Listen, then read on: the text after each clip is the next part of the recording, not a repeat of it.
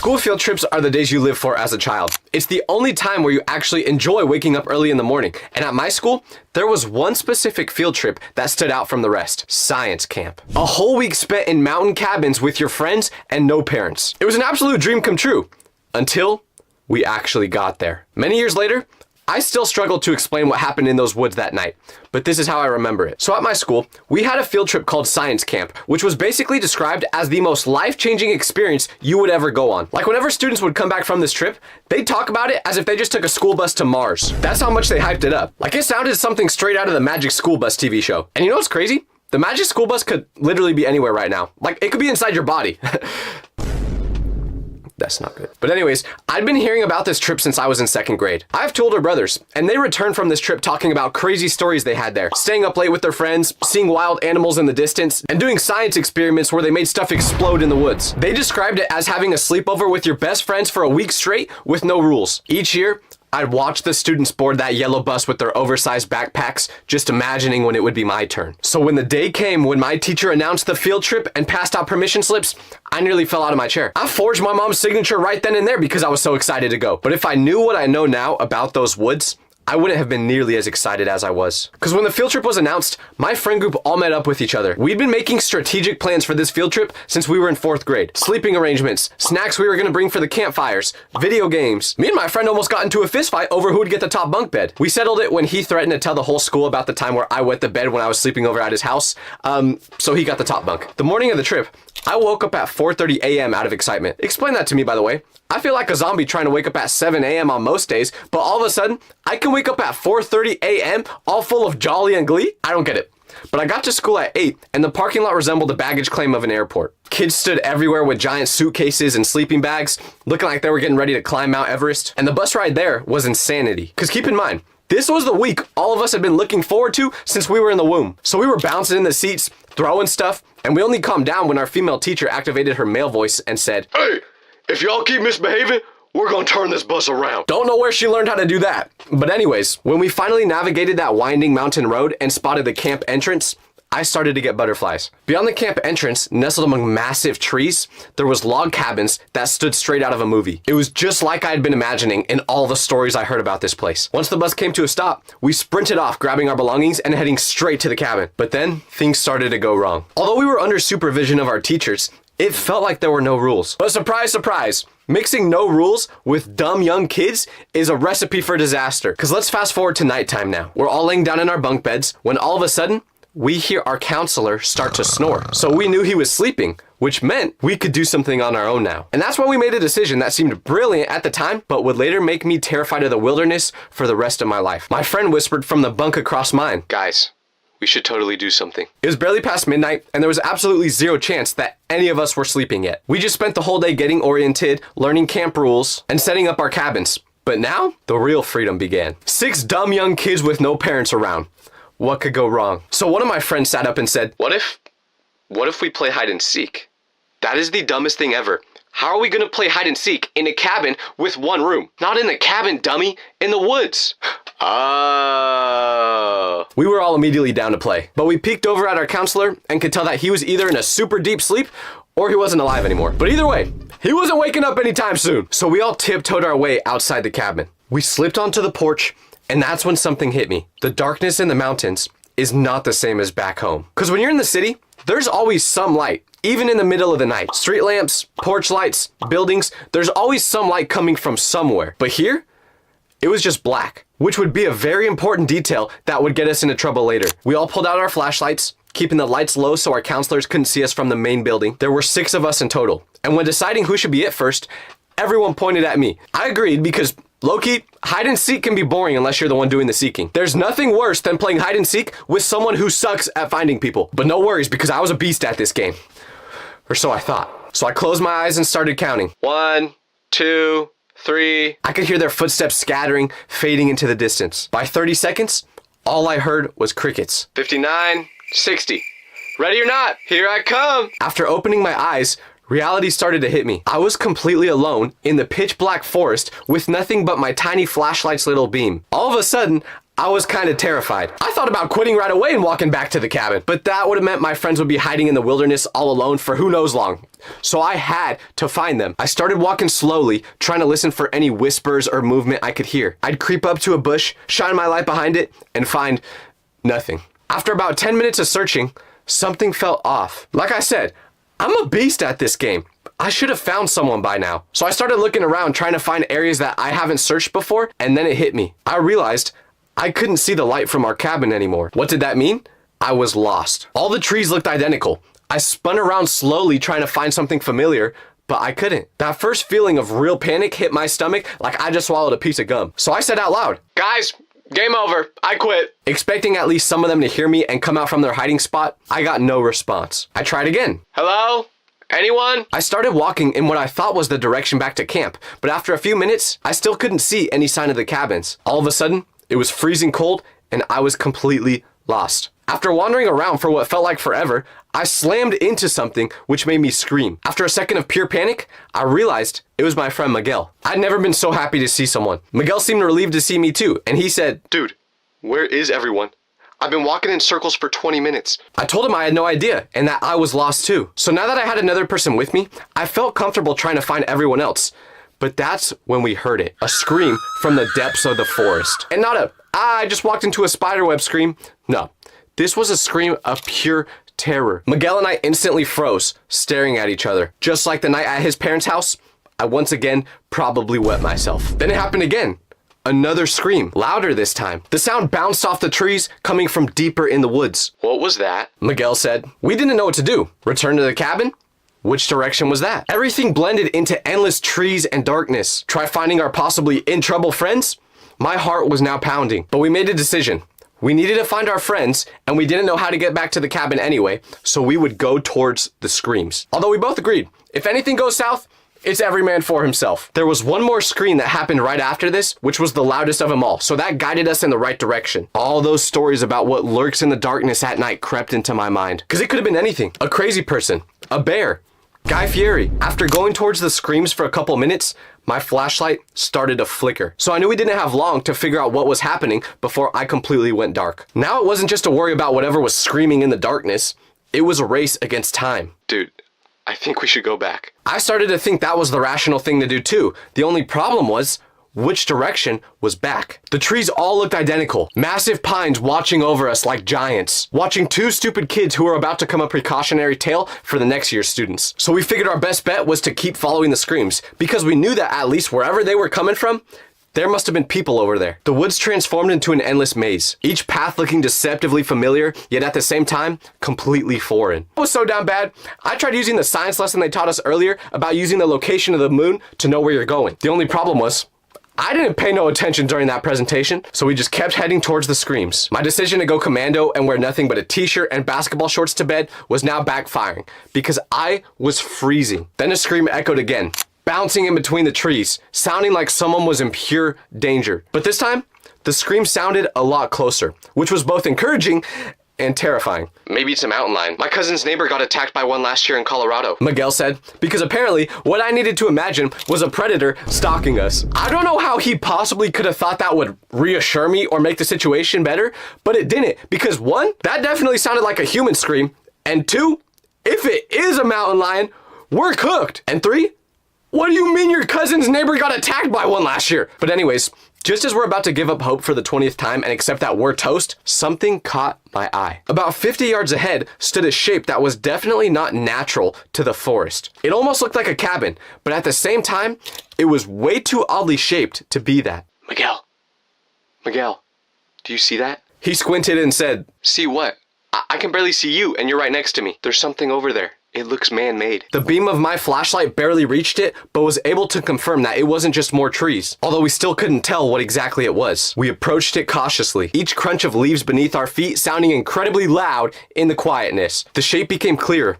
It was a structure built into the side of the mountain. After getting closer, Miguel whispered, Is that a door?" We crept up a little more, and from the looks of it, we thought it was some type of bunker, with a small door in it that looks like it was made for a Smurf. Which is a problem for a guy like me, because I'm 6'8". Oh, hell no, man. But the weird part was, we could smell something coming from it. Almost as if Someone was just in there. So we thought for sure, whatever was making those noises was definitely inside there. We stood frozen about 20 feet from the creepy entrance, deciding what to do next. What kind of person builds a hidden bunker in the middle of the mountains? Was it like an end of the world type of thing? Was it for the military? And more importantly, what was making those screams that sounded terrified? Whatever it was, I didn't want to suffer the same fate, so I was reluctant to go inside there. The door had these weird carvings on them that we couldn't make out in the dark. Miguel kept squinting at them with his light, which was now flickering too like mine, but we still couldn't read it. The darkness beyond the entrance gave us no hint of what was inside. Do you think our friends might be hiding in there? Miguel asked. If they are, they probably ain't doing well based off those screams we heard earlier. I can tell you that. And then we heard another sound, which confirmed something was in there. But this time, it wasn't a scream.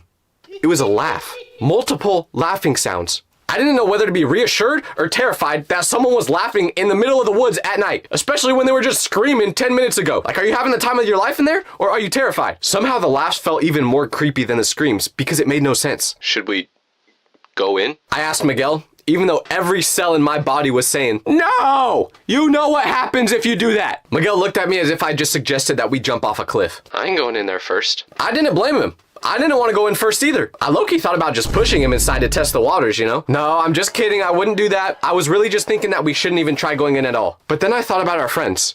What if they needed help?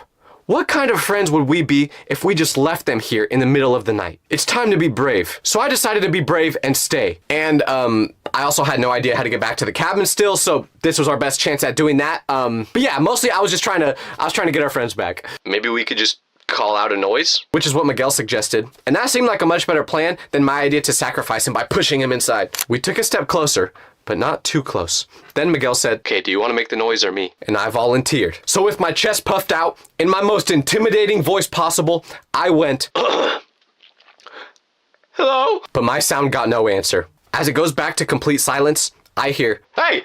Anybody in there? Miguel shouted that, making me jump. Don't know why he asked if I wanted to make the noise when he was planning on doing that the whole time, but that didn't make whatever was inside there come out either. Deciding what to do next, I then spotted a rock by my foot. Thinking of my previous experience in baseball, I said to Miguel, I'm gonna throw this at the door. Maybe it'll make whoever's in there hear us. So channeling my inner Shohei Ohtani, I chucked the rock at the door as fast as possible, probably around 7 miles per hour. And what happened? Nothing, because I missed the door. But then I tried again. And this time, I hit it. It made a loud knocking sound with an echo that seemed to go on forever. For a second, nothing happened. And then, silence. The complete kind that feels like someone just pressed mute on the whole forest. No crickets, no wind, nothing. Miguel and I exchanged looks at each other, and his eyes were just as wide as mine. But that's when we saw it. A flashlight turn on underneath the door. Someone was inside. Miguel whispered to me, we should run. As he was already backing up, all of a sudden, he didn't have the same toughness as 2 minutes ago when he was screaming for someone to come outside. But like I said, this was our best chance at getting some sort of answers. Then quickly, a beam of light shot out from the entrance, blinding us after all that darkness as the door opened. I threw my arms up, convinced that this was it. I thought we were about to be captured by some forest-dwelling psycho, and then a figure started to emerge. My stomach dropped, my throat was closed, time seemed to stop. The person was tall and had to duck through the opening. We could only make out their silhouette because of their flashlight pointed towards us. I thought I was seeing Slenderman at first in the dark wilderness. I was about to sprint away because, remember, every man for himself like we talked about.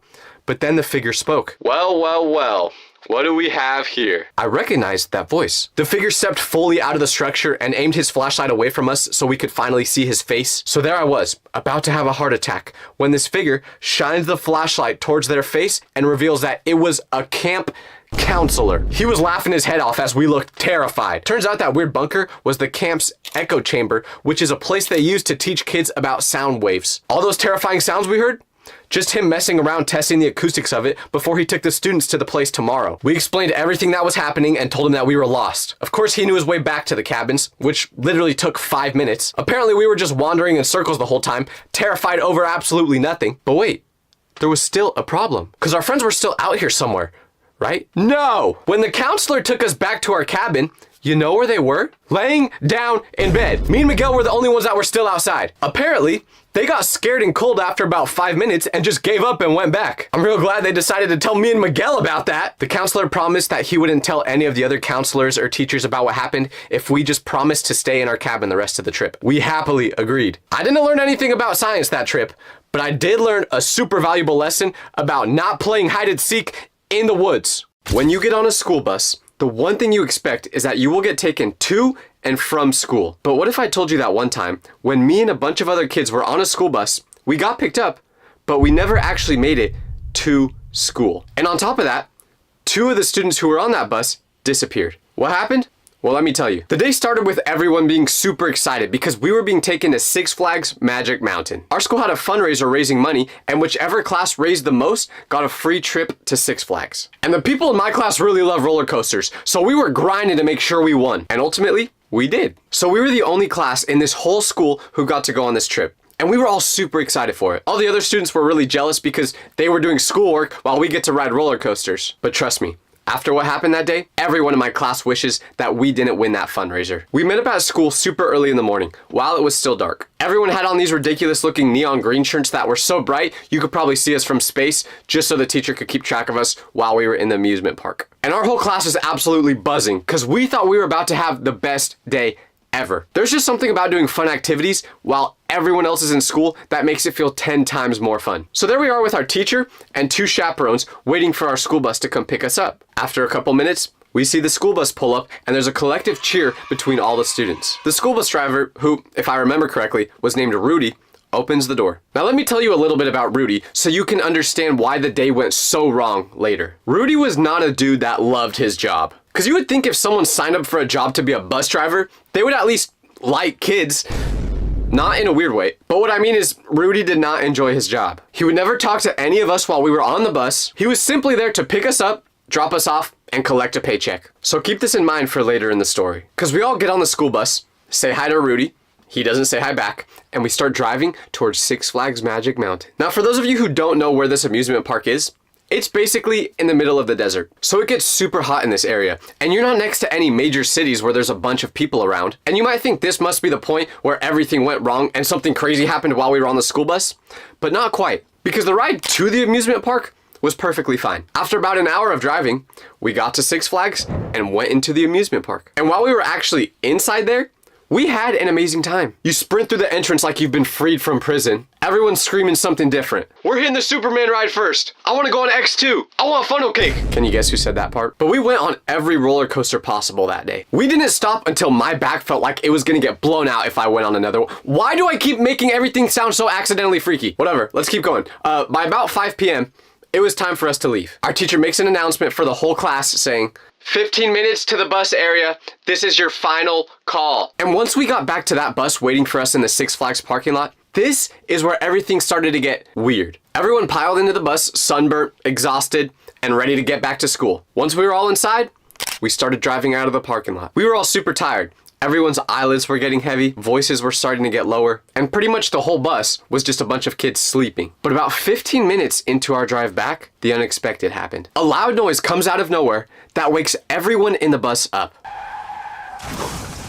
The bus jerked for a second and then pulls over to the side to see what just happened. After coming to a stop, Rudy, our bus driver, tells everyone to stay inside and he's gonna go check it out. After about 30 seconds, he comes back inside and tells our teacher the worst news we could have heard. A tire popped. If you've never heard a bus tire explode, it basically sounds like a balloon popping from right under you. You could smell hot rubber, which I can confirm is not a good smell. And all the kids are reacting differently. Some clapped because we're just dumb. One of them asked if we just hit a deer. Yeah, Jerry, there's deer in the desert. Use your brain, kid. Our teacher, Miss Patel, told us all the same thing. Everyone stay seated. The bus clearly couldn't go any further, so Rudy turned off the engine, got on his radio and started talking to, I don't know, the bus Illuminati or something? I don't know. And he told us that we're gonna need another bus to come pick us up in the desert in 105-degree weather. For all the European people watching, that's like 4 degrees Celsius. I don't know, I'm a stupid American, whatever. But the moment he turned off that engine, a real problem arrived. Heat. If you've never been inside a bus, which for some reason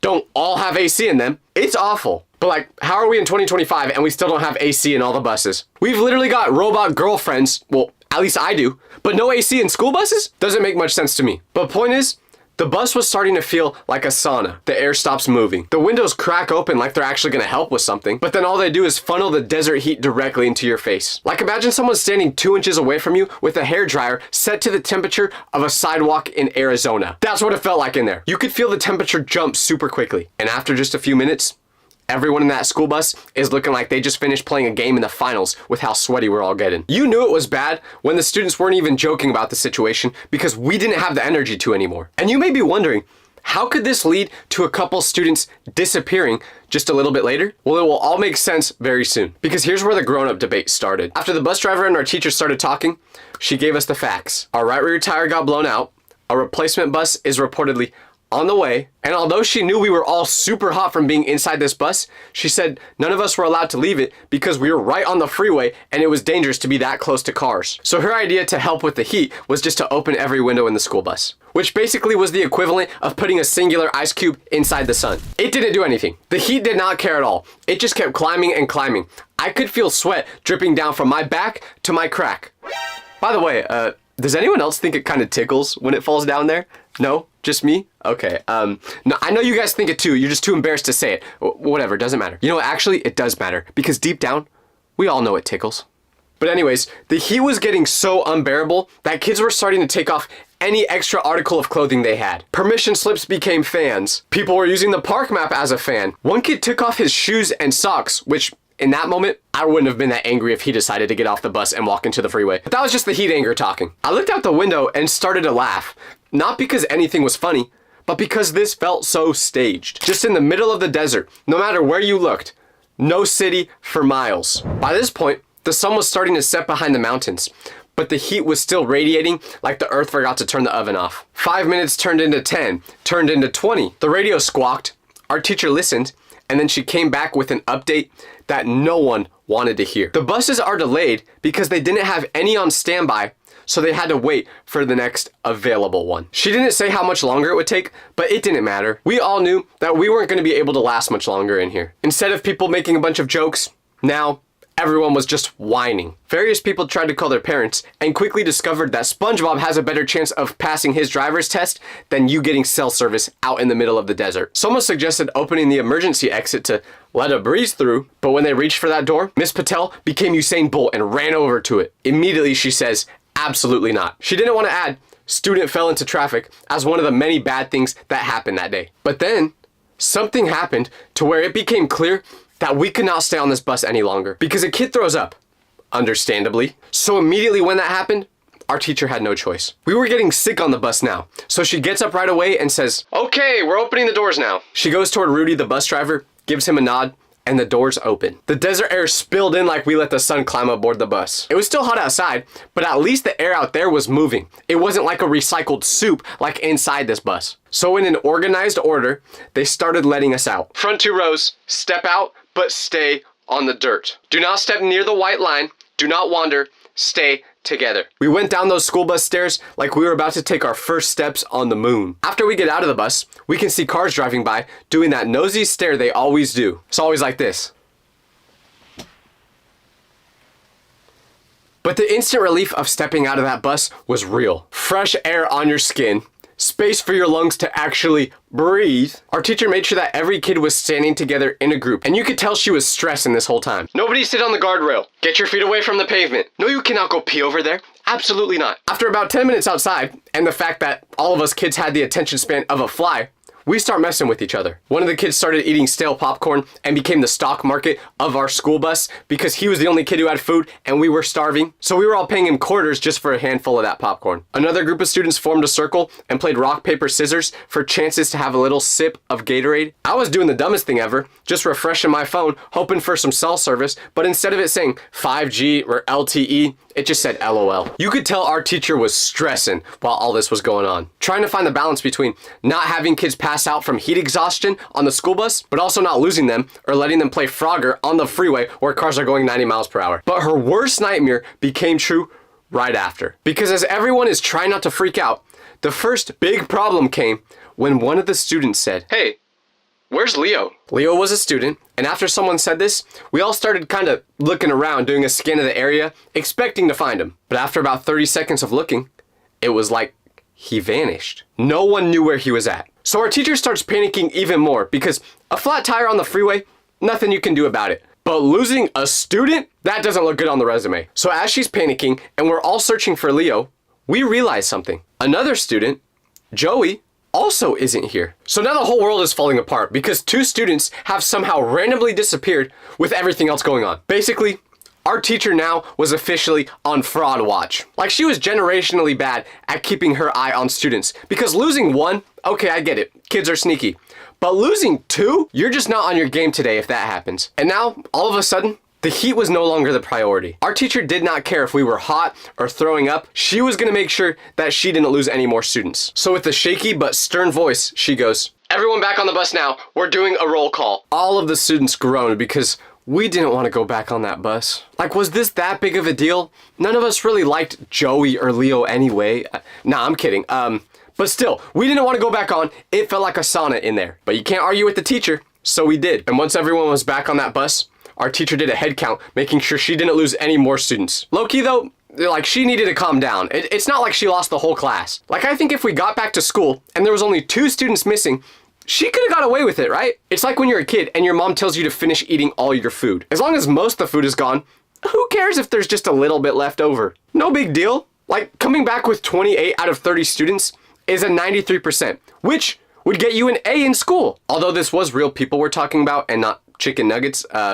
But still, point stands. After we established that Leo and Joey were nowhere to be seen, our teacher started asking us if anyone knew where they were at. As kids do, we start making stuff up. Leo went off into the desert. Joey went back to ride more roller coasters. Someone saw both of them heading for the McDonald's 3 miles back. Nothing that actually helped our teacher figure out where they went. Our teacher's scrambling for ideas on what to do, and she starts giving us tasks. Everyone check under seats for bags or backpacks. See if their stuff is still here. After checking, we found Joey's backpack, but not Joey. I saw the teacher and chaperone whispering to each other about what the best thing to do in this situation was. But I'm pretty sure their hearing must be bad because I heard one of them say to the other, "We have to call 911. When she said this, now I knew it was serious. I was kind of getting excited when I heard that because, like, heck yeah, my boy Leo is about to be on an Amber Alert? That's awesome. Time was passing by in what felt like slow motion. And by now, the sun had already set, and we had no idea how much longer the replacement bus was gonna take. It felt like whoever was coming to rescue us must have blown their tire on the freeway too,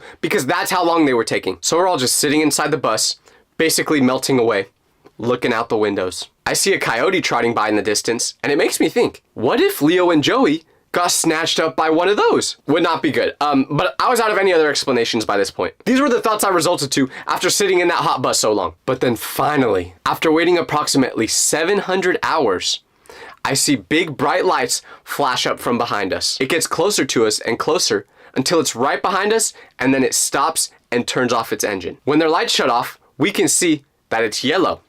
What did that mean? Our replacement bus was finally here. Seeing that bus made me feel 3 emotions at the exact same time. Hope, hunger, and fear. Hope, because finally our replacement bus was here and I wasn't gonna pass away from a heat stroke. Hunger, because, well, you know why. But fear came from the fact that 2 students were still missing and we still had no idea where they were at. There was no Amber Alert update on them yet, so the jury was still out on what happened. We all get out of our original school bus and head towards that new one. Cheering took over among all the students. The kind of cheer people do when a plane lands.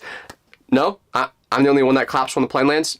Whatever, and it doesn't matter. But our teacher got us on that other bus as quickly as possible. We're getting on the other bus. Grab your bags, go in a single file line, and do not veer off. We started boarding, but the whole time we're doing this, I just couldn't stop thinking about what was about to happen next. Are we just gonna leave without 2 of the students? Hopefully. Or are we gonna stay here until we find them? Please no. Or are we gonna drive around looking for them like we're playing Where's Waldo? Hopefully not that either, because I was starving. But the moment we stepped onto that new school bus, I didn't care what we did next. Because what I didn't realize before stepping onto this one was that it had air conditioning, which meant we didn't have to rely on the tiny breeze coming from the windows to cool us down anymore. So that got rid of our biggest problem.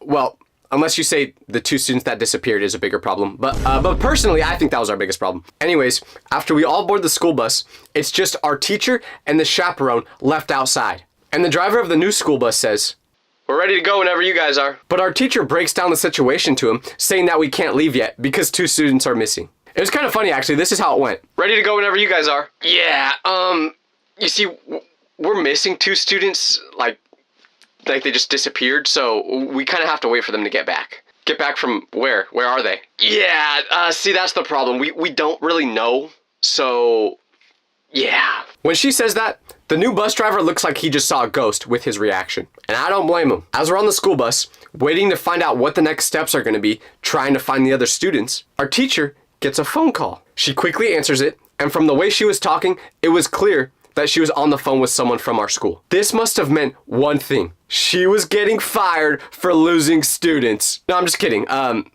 Unless. But this is what she did during the phone call. Wait, say that again? Oh, thank goodness. Okay, thank you so much. After she hung up the phone, she got on the bus and told the bus driver that we were good to go back to campus. Finally, the school must have called her and told her that it's okay to leave these 2 students out in the desert. We don't need them. No, that's not what happened. But she did tell us what actually happened. Because all the students are acting super nosy, asking where Leo and Joey are. And she wasn't going to escape it, so she told us what they did. So here it is. One of the missing kids, Leo, called his aunt. Somehow, I don't know how he got cell service because I couldn't, but whatever. He told his aunt about the situation, how they were so miserable, how they were stranded in the desert, and his aunt, who I've never met before, but clearly seems like a very proactive person, was apparently not far from this area anyway because she worked out here. Not super close, but like 30 minutes away. So Leo asked his aunt if she could come pick him up since he knew that she was close by anyway. Of course, his aunt agreed and came, swooped him up like an Uber driver, and they left. But this still leaves 2 questions. Why would his aunt not inform the teacher or chaperone that she was picking up her nephew? And 2, what about the other missing student, Joey? Well, I guess Leo told his aunt that all the other students were getting picked up by their parents too. So she didn't know that everyone was still stranded on that bus. Okay, that kind of makes sense. But still, where is Joey? Well, Leo and Joey were good friends. Everyone knew that, which was kind of why it made sense that they were the 2 that got lost. But when Leo told Joey that his aunt was coming to pick him up, Joey asked if he could get a ride back too. Leo said, yeah, of course. So they got in her car when she arrived, shut the door, and drove off back home without telling anyone. So that was it. They didn't get eaten by coyotes. They didn't go back to the amusement park. And for us, we just drove back to school a couple hours later than originally planned. But the only thing this whole situation did was make me wish that the magic school bus was a real thing. You know how when you're on a field trip, you think, today is gonna be the best day ever. But what if I told you that I went on a field trip that was so bad that when it ended, the whole class left without me and I was stranded? This is how it all started. It was late October, middle of the fall, where everything smells like cinnamon and you see pumpkins all over the place. And every year during this time, our school would take my grade to a pumpkin patch for a field trip. Nothing fancy, just hay rides,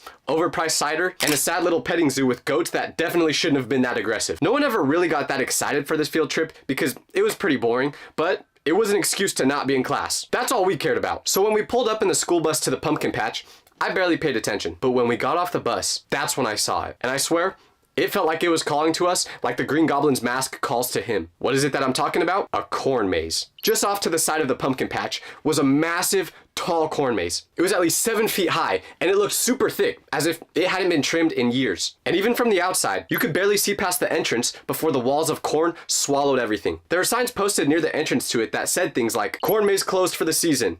Do not enter. Authorized staff only." Naturally, me and my friend Jason looked at these signs, then looked at each other, and grinned. We both agreed. The pumpkin patch was super boring. We didn't care about that. But this was the real field trip. We both agreed, let's go in it. We weren't supposed to. We were assigned to a group by our classes. So while our group and our chaperone was busy watching a worker show how to pick a pumpkin, which was literally just grab it by the stem and twist. Wait, pause. But anyways, as the workers were showing that, we snuck away, past the bales of hay, and through a fence that said, "Employees only." And just like that, we were away from the class and in the corn maze. When we first stepped in it, I hesitated.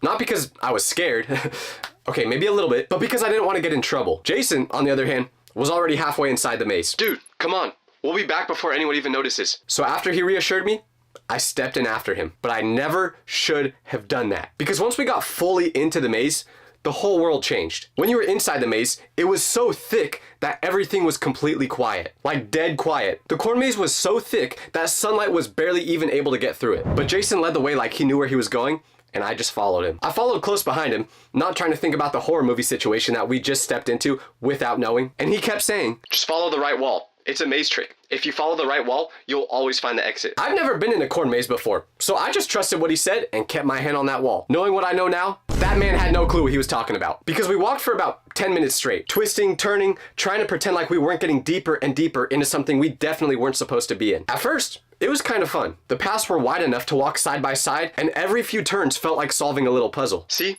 Isn't this way cooler than being at the pumpkin patch and watching goats eat people's backpacks? I did agree that being in the corn maze was exciting, but something about it felt off. Not in a scary way yet, but there just wasn't something right about it. Because the further we walked into it, the more it swallowed everything around us. Now, you couldn't hear kids shouting in the distance, you couldn't hear laughter from the pumpkin patch. The only thing we heard were our own footsteps. Where even are we right now? Probably like the middle of the maze. I'm sure we're almost there. Jason said it like he was guessing. Like he wanted to sound confident, but really, he had no idea where we were at either. Are you sure this thing actually ends? Yeah, all mazes have exits. That's like literally the definition of a maze. What we didn't know is that this wasn't any normal maze, because the turning point came when we passed a corn stalk that had a zip tie on it. Bright red, just dangling on. And keep in mind, it was bright red. I didn't think much of it until 5 minutes later, after walking, we passed the exact same one. Wait.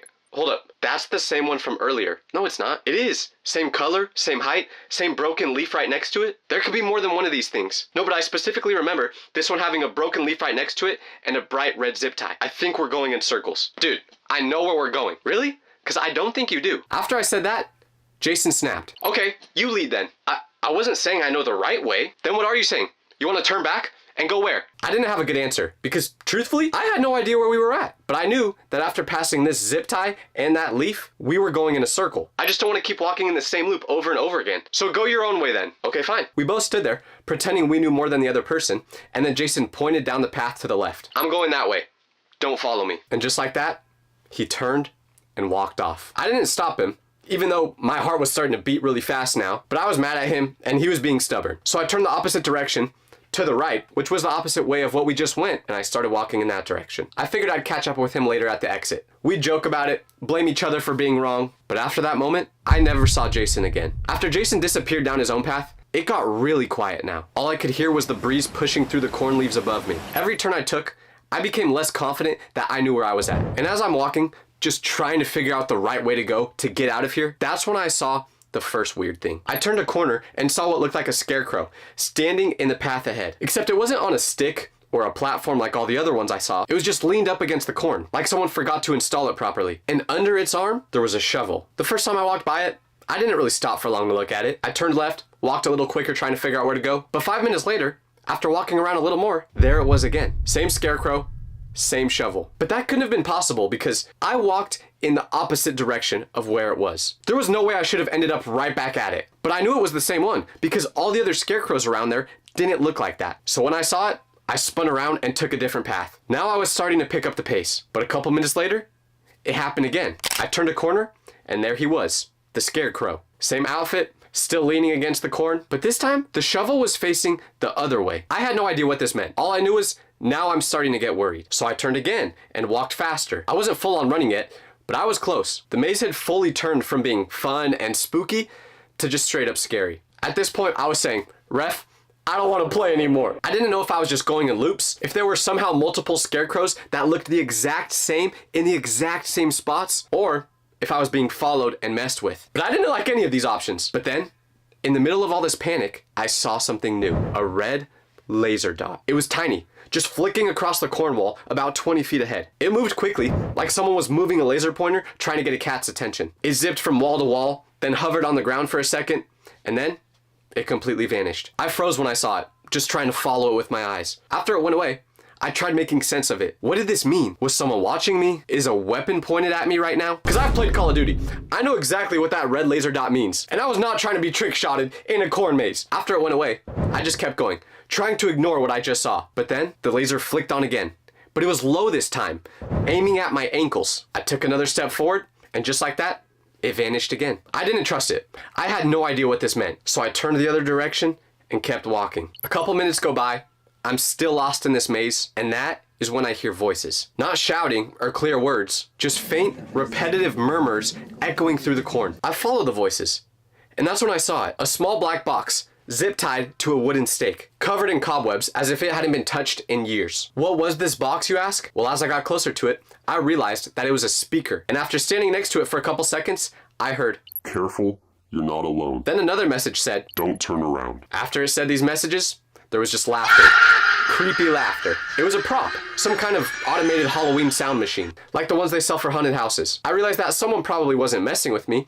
This speaker was just there from when the corn maze was open. The only problem was, the corn maze wasn't open, so why was the speaker playing? I didn't know. I had so many questions, and at this point, very little answers. And keep in mind, while I'm walking, going through all of this, every few minutes, the red laser keeps reappearing, always just for a couple seconds, and then it would click away. And I still had no idea whether to run from it or run to it. Hawk to it. I'm done. By now, in my head, I wasn't in a maze anymore. I was in a trap. Every turn felt the same. As I was walking, it felt like deja vu no matter where I went. At this point, it must have been about like 6 or 7 because the sunlight faded and now it was starting to get dark. So I felt even more of a reason to have to hurry up. I must have turned down at least 20 more paths. Some led to nothing, some looped me right back around to where I was before, and at some point, it stopped being scary and now it was just annoying. So I started trying new tactics out. I figured maybe Jason was still in the maze. Let's try to find out. So I shouted, "Jason!" Nothing. I tried it one more time, but still no response. So I was alone, fully alone, in a big corn maze with no idea how to get out. But you know what the one constant was in this maze? The red laser. By the way it was moving, I could clearly tell that it was a person using it. It was going in different directions. But every time it showed up, it felt like it was getting closer because the laser became thicker. But what I didn't know is that this little laser would be the answer to all my questions. Because I was really confused every time I saw it. Was someone in this maze with me? If they were, why weren't they just calling out for my name? If it was a staff member or a teacher or even Jason, why wouldn't they have just said something by this point? But the one thing that made me question whether a real person was handling the laser was that I never heard any noises, just the laser showing up whenever it felt like it. And it gave me anxiety every time I saw it because I didn't know whether it was trying to help me or hunt me. And then just when the silence started to settle again, I heard a voice. "You're not supposed to be here. I whipped around when I heard that, but saw nothing. Turn back while you can." I turned the next corner, trying to figure out where these voices were coming from, and there it was. Another voice box, covered in cobwebs, looking like it was abandoned years ago. Why were these voice boxes on if the maze was closed? Later on, I found out that the answer to this question was super important. When I got to that sound box and found out that it was just another automated voice, I turned and started walking in a different direction, but then, out of nowhere, I hear a noise. And after that noise, chaos happens. Sprinklers shooting from everywhere in the corn maze. There was a sharp hiss, followed by a blast of water going all over my body. The sprinklers to the corn maze just turned on. Within a couple seconds, I was drenched. My hoodie turned into a sponge, my socks were squishing inside my shoes, and now, to make everything even better, the ground was muddy. And I had no idea where to run, because when I turned left, psh, more water. When I turned right, psh, more water. It wasn't just spraying all over the place. It was trapping me. I just started screaming, "Stop! Please stop!" As if the maze could hear me. Now I started sprinting. Did I have any idea where I was going? Nope. But I didn't care. I was just running, and that was my plan. And while I'm doing so, cutting through the sprinklers, what did I see once again? The red laser. Not flickering around or moving this time. No.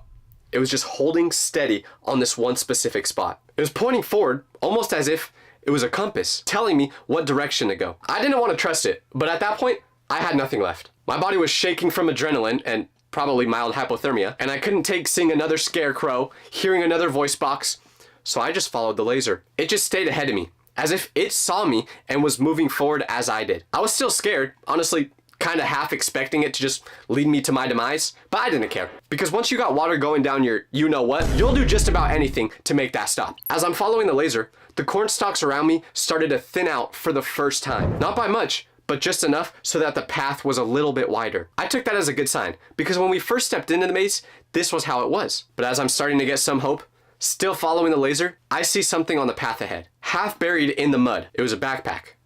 Gray and torn open. I ran up to it cautiously, as if it might do something to me, and inside it were a few things that were still intact. A crumpled pamphlet from the pumpkin patch, a broken phone charger, and one shoe. It wasn't mine, it wasn't Jason's, and I had no idea how long it had been there. But it didn't look old. After taking a second to check this out, I went back to following the laser. It was the only thing in this nightmare that kind of made some sense, so I kept going towards it. The maze seemed to fight me harder the closer I got to it. More twists, more brush blocking the path, and then, just for a second, I hear footsteps. Not mine, and it didn't sound like an animal's, but it was fast and heavy and coming behind me. That is not what I meant. Wait, hold. I spun around, but saw nothing. But when I turned back, all of a sudden, my one shining light, the red laser dot, was gone. I screamed, begging for it to come back. Whoever was shining that laser, can you please do it again? But now, for the first time in probably an hour, the red laser didn't come back. My one sign of hope was gone. I was starting to break now. I didn't know if I was about to cry or scream or do both, but my legs felt shaky, my arms were cold and twitchy. But as I'm just standing there, giving up hope, I look around, and that's when I see it. Not a laser this time, not a scarecrow, not a teacher, but a light. A pale yellow light. It was faint, but unmistakable, glowing from probably 50 yards away, but it looked like it could have led to an exit. So I ran to it without thinking, tripped over a root, scrambled back up, turned right, turned to left, and as I'm following it, I burst through one last wall of corn, and that's when I get into a new space I hadn't been to before. It was a lot more open, almost circular, unlike the rest of the path. The light was brighter now, flickering, almost as if it was coming from a lantern, and right next to it was a man. Finally, my first sign of hope. His boots were muddy, and he looked like someone who worked here. He was sitting on a folding chair, wearing a red baseball cap and a flannel shirt. He had a walkie-talkie clipped to his belt, and in his hand, what was he holding? A laser pointer. He looked up when he saw me. Not startled, not angry, just relieved. There you are. Been trying to get your attention for the last hour. I just stood there, blinking at him.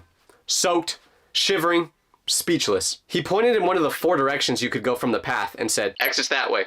Another 2 turns and you'll be out." I looked in the direction he said, and sure enough, I could see the faint glow of light coming from the pumpkin patch, the real world. He stepped forward and offered me a towel, which I took without question. "You okay?" I just nodded back to him yes and said, "Why were you using a laser?" "Well, we were trying to find you, and shouting doesn't really work because we don't know which direction to tell you to go, so we just use a laser, and usually when the people get lost and see it, they follow it, but you didn't." I guess that's what I get for playing too much Call of Duty. I'm scarred from seeing a red laser. I just laughed a little because it turned out that little red laser that I was so scared of was my rescue. The man walked with me through the last few bends of the maze, talking to me like I just didn't have a full psychological breakdown. And apparently he was a volunteer at the pumpkin patch. He'd been working there for years. And whenever people got lost in the maze, it was pretty much his job to help them get out. The only difference this time was the maze was closed, so we weren't supposed to be in it. And that made things trickier. But when we got out of the maze, the pumpkin patch was completely empty. No kids, no groups, no buses, just my chaperone teacher pacing in circles with the phone on. She saw me and dropped everything. "Yeah, I don't know." "Oh, finally, where have you been?" I didn't have a good answer to that question. She said they loaded both the buses already, did a head count, and realized I was gone. Jason told the teachers that I walked off into the maze and no one could find me. Apparently, Jason did get out way before I did, so I should have followed him. So the teacher drove me back to school in her own car. And I know what you're thinking. "Tyler, you must have gotten in so much trouble for doing this." Well, actually, I didn't get in any, because the teacher didn't want to get busted for losing a kid, so we both agreed. Let's not tell anyone about this, and we'll have a truce. Moral of the story? There is none, so I'll just add this random outro. Have you ever wondered what goes on inside a school after everyone leaves? Silent hallways, empty classrooms, and strange shadows when all the lights go off. Well, I always did. But I found out what really happens the hard way when my friends and I decided to sneak into school at night. But what started as a fun adventure quickly turned into a night I'll never forget, and not for a good reason. So my friend's dad is a teacher at the school we went to, and one day he comes up to me at lunch with this evil look in his eyes, and he pulls something out of his pocket. With a smile on his face, I can see that he took his dad's classroom key. I asked him why he took that off his dad's keychain, and he told me he didn't. Instead, he got a copy of the key. Now, I couldn't really understand why he would feel the need to do this, so I asked him, and that's when he brought up the idea. "Dude, we should sneak into the school at night. Nobody would know." When he said that, I just stared at him like he was crazy, because I was trying to go to a good college, and the last thing I needed was to get busted for trying to break into my own school. Like, how am I gonna get into Hogwarts after doing something like that? But my friend wouldn't drop this idea. He just kept pushing it. "Come on, we could literally do it next week, and no one would notice.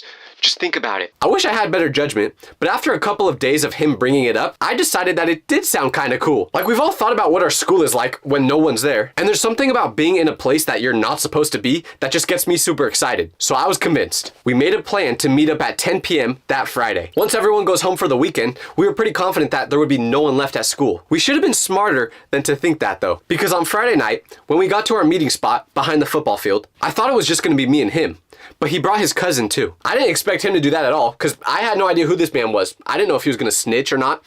Whatever though, it's fine. When we finally got to the school doors, it looked super different at night. I never realized how much of an echo the school had when you would talk during the day, but now that we were here with no other noises, it was 10 times louder. We got to the front door of the school, and this is where things started to get nervy. Because once my friend turned that lock to open up the door, it felt like there was no going back. And we weren't sure if that when we stepped inside, that would set off some sort of alarm or anything like that. So I was shaking when he put that key in, but it fit in perfectly, so he turned it, and there it was.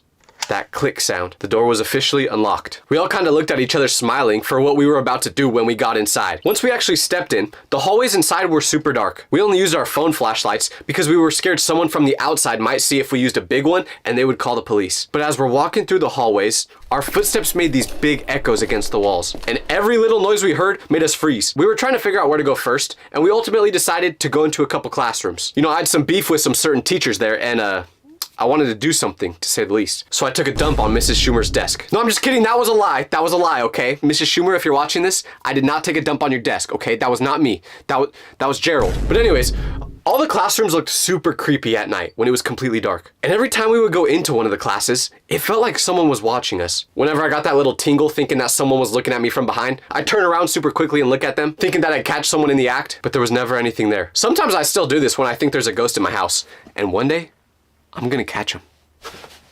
Okay, I thought I was gonna do it there, but I didn't get him. At first, it was really fun to be inside the school after we got over the fact that no one was in here with us. We ran around the halls, sat in the teachers' chairs pretending to be them, and my friend's cousin, well, he drew some inappropriate pictures on the teacher's whiteboard, to say the least. Now that I think about it, I don't know if he ever erased those. I wonder what the teacher thought when they showed up to school on Monday and saw those drawings. But we ended up wandering to the teacher's lounge, wanting to check out all the places that we weren't allowed normally as students. It low-key kind of looked like an insane asylum in there, with no light or anything. It was just kind of depressing. No colors on the wall. I don't know how teachers do this, but it was just cool to be in there in general. So we were laughing, enjoying this experience, until out of nowhere, my friend's face drops.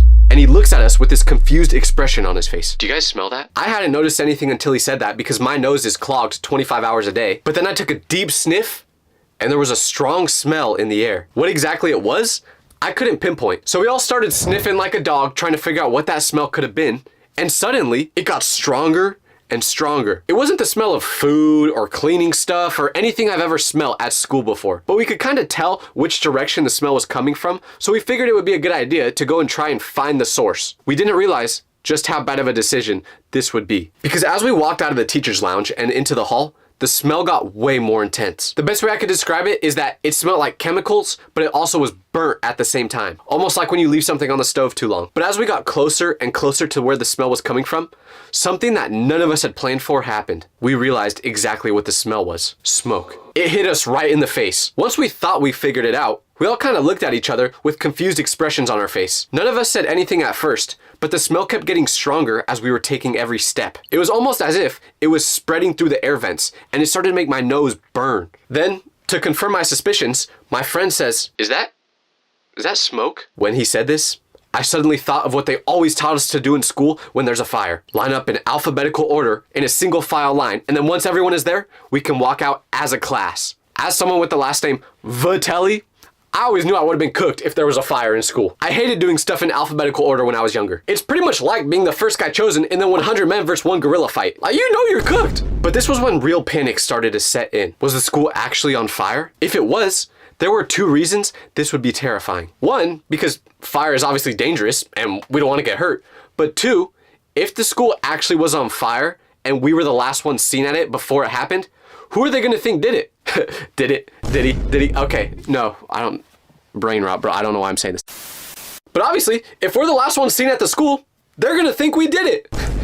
Sorry, not again. My friend's cousin suggested that we leave right away because he already has a criminal record. Glad we decided to bring this guy to break in. But I was thinking about how guilty we would have looked if we left. So I knew if there was actually a fire, we needed to try our best to stop it. Otherwise, I would have been going to college at McDonald's University. That actually don't sound too bad now that I'm thinking about it.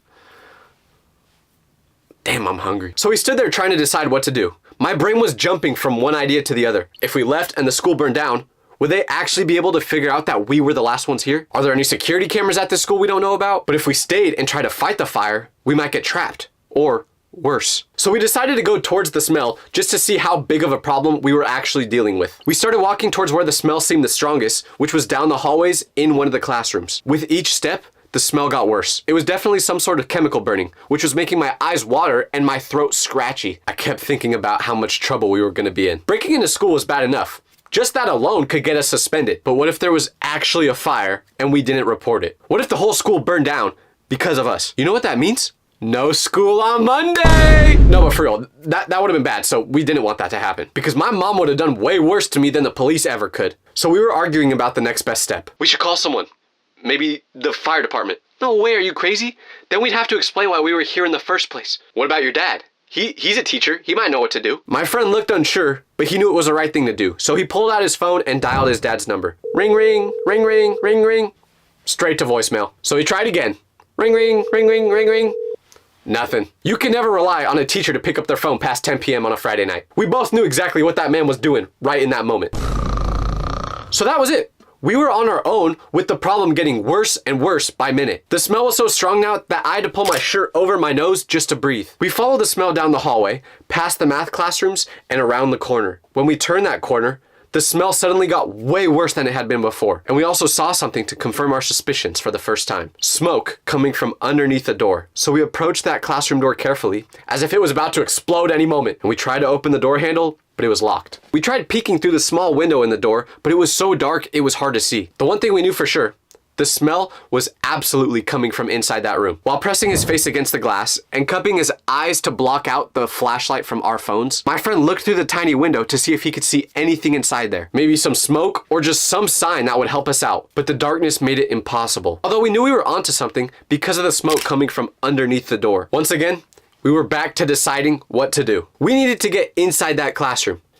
And then it hit me. The window, huh? This classroom has that window on the other side that faces towards the parking lot. They would always keep it cracked during the school days because it got so hot inside there. Shout out to our school for not having air conditioning, by the way. Maybe it's open right now. We knew that was our best and probably only chance to get inside that class. The three of us sprinted through the dark hallways with our phone lights bouncing all crazy off the walls, knowing how quick we needed to be if there was really a fire. Because we're from California. If there's one thing we know out here, it's fire. And these things can spread fast. So we burst through the exit doors trying to get to the parking lot. We slowed down when we got closer, trying to remember which classroom we were just by. They all looked the same from outside. Dark squares against the brick wall. And then my friend's cousin pointed to the one where the blinds weren't completely closed. That's gotta be it. The window was way higher up than I remembered. It was at least 8 feet off the ground. And I'm 6'8". So if I can't see into it, no one can.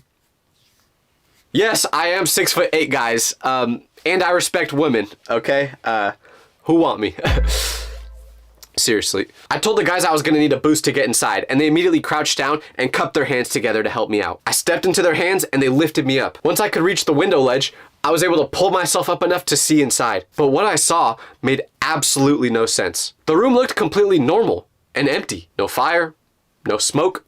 Nothing spilled over inside, just dark lab tables and stools tucked underneath them. What do you see? Nothing. There's nothing inside here. Well, maybe it's not where the smell was coming from then. But the smell was way worse here than it was inside the hallways. It was leaking through the tiny crack I was peeking through, and it was making my eyes water. I tried pushing the window open wider so I could get a better look, but it was stuck. Probably because I haven't seen it move from that position since the whole time I was at that school. So I pushed harder using everything I had, and suddenly, it broke away. The window slid up about halfway, and now the smell was so bad that I felt like throwing up. Literally the first thing I did when that window opened more was gag. Oh my gosh, the smell is definitely coming from inside here. That's what I thought in the moment, not knowing the full truth about the situation. What is it? Can you see anything burning? No, that's the weird thing. It looked totally normal, except for the fact that the room was covered in some sort of haze, as if there was smoke in it recently. I pulled myself up higher, trying to get a better angle of the whole classroom, and I managed to squeeze myself halfway through the window, hanging in there like an idiot with my legs dangling outside of the building and my torso inside. I recalled to all the Final Destination movies I watched, where someone passed away in a ridiculous cartoon way, just thinking I was next up. But I turned on my phone flashlight and panned it around, desperate to find something that would explain the smell and the smoke. The tables were all clean, the cabinets were all closed, nothing was knocked over or spilled. Guys, I don't understand, but the smell is definitely coming from inside here. Maybe it's like invisible gas or something, which is what they said as they were still trying to hold my big back up. But the thought of invisible gas freaked me out. What if it actually was some dangerous gas that could poison us from breathing it in? Or what if it could explode? I've seen stories of people just passing away one night in their sleep because of the gases, and they had no idea that it was coming. So what if we were breathing in toxic chemicals right now? So I scrambled to get back out of that window, and as soon as my feet hit the ground, I backed away from the building, taking deep breaths of the clean night air. We need to get out of here. I don't know what's going on, but we need to leave. The possibility of those dangerous invisible gases really freaked me out. The guys didn't even try arguing. The freaked out look on my face must have been enough to convince them to leave. But we needed to figure out if we were just going to leave without saying anything or actually try and solve this. We need to call 911. There might be a gas leak or something that could explode in there. Are you insane? If we call 911, they'll want to know who we are and why we were at school at midnight. If we do that, we're getting arrested. But what if the whole school burns down because we didn't tell anyone? We'd be responsible. As Dumb and Dumber were arguing, it felt like we were stuck in between two horrible choices. Either risk getting in serious trouble or risk being responsible for something horrible happening to the school. We decided we couldn't just leave if the school was in danger. Although we were terrified of getting caught, actually being the reason that something bad happened sounded even worse. But we knew calling 911 directly would mean us getting in trouble because of the questions they would have asked us. They ultimately would have found out that we were breaking into school, and that's how we found this smell. So we stood there trying to figure out what to do, when finally, I had an idea. What about calling the school's emergency number? You know, like the one they give the parents? We could call from a block number once we're far away, just say that we were driving by and smelt something weird, and that's it. It wasn't a perfect plan, but it was something, because our school had this number that you could call if you had any questions or concerns, and it worked 24 hours a day because it wasn't affiliated with the actual school. It was a separate company. So we decided to get out of the parking lot first, then make the call once we knew we were a safe distance away. The plan was to leave everything exactly like we found it so no one would know we were there, unless the camera saw us.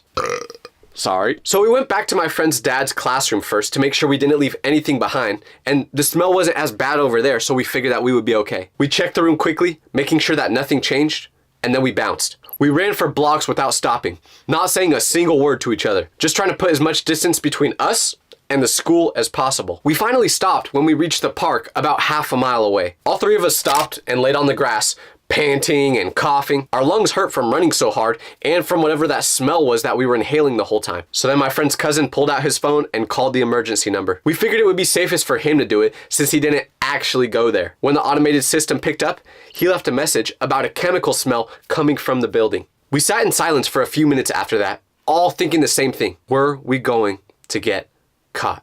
Were there security cameras we didn't know about? Was the school itself going to be okay? We had to decide on a game plan to make sure that if anyone asked any questions, we all had the same answers. We agreed that we wouldn't talk about this to anyone, and if someone were to ask us a question about the situation, we would just deny. So that weekend was super nerve-wracking, not knowing what would happen next. But then, Monday came around. Now we had to go back to school. And I barely slept at all that weekend. The first thing I did when I got to school that morning was check out the classroom to see if anything happened to it. But when I walked by, it looked different. There was yellow caution tape across the door. And not like just a little strip. No, the whole doorway was crossed off with this bright yellow tape that said, "Do not enter." A bunch of students were crowding around the hallways trying to figure out what exactly it was. I tried to act normal as I walked past, just keeping my head down and looking through the weather in Cupertino. But a couple minutes before classes started, the principal's voice suddenly came over the intercom and said, "Attention students and staff. Because of an incident, classes in room 118 will be moved to the library until further notice." Which class was room 118? Yeah, you guessed it. The room with the caution tape over it. So what incident was the principal referring to? Is an incident what you call when 3 students break in and almost die from chemical fumes? Did they know we were there? Were they just waiting to pull us out of class and arrest us in front of everyone? Yo, low-key, that would be kind of hard though. Like imagine your crush watching you get arrested. That'd be kind of sick. Once lunch came, I was walking towards the cafeteria when I noticed 2 teachers talking outside of that room again. They kept pointing towards the room as if they were talking about it, so I slowed down to try and hear what they were saying. Peterson's always super careful with this stuff. Yeah, but you know how things like this can happen when students are messing around. I kept walking before they noticed me eavesdropping, but my mind was racing. When they mentioned students messing around, I definitely thought I was getting busted. And then, in the middle of history class, my phone buzzed in my pocket. I sneakily checked it under my desk, and it was my friend sending a text that said, "Did you hear?